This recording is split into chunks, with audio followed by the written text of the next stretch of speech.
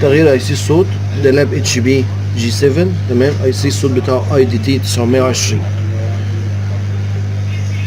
نسخن الاي سي ونرفعه.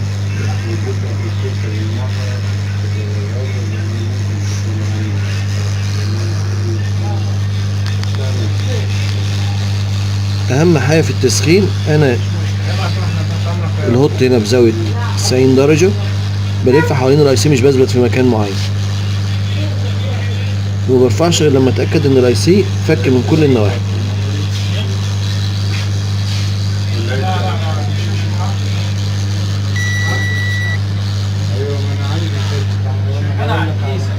كده رفعنا الاي سي.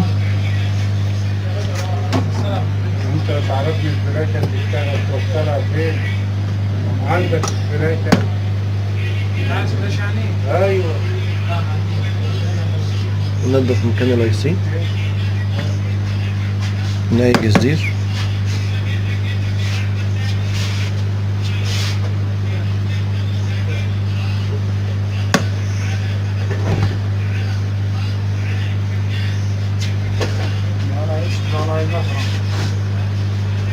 نثبت الاي سي التاني.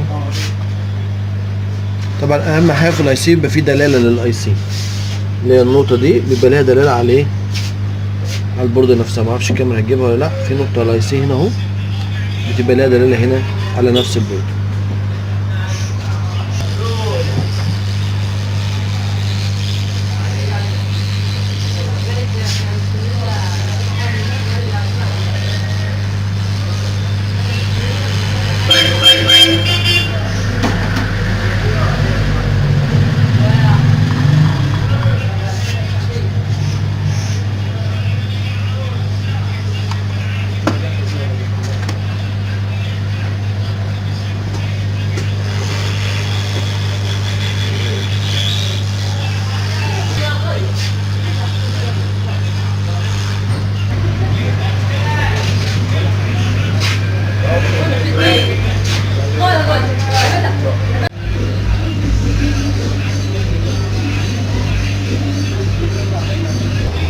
تمام، اشتغل تمام معانا وبدأ يتحرك فعلا الاصوات تمام زي الفل كده.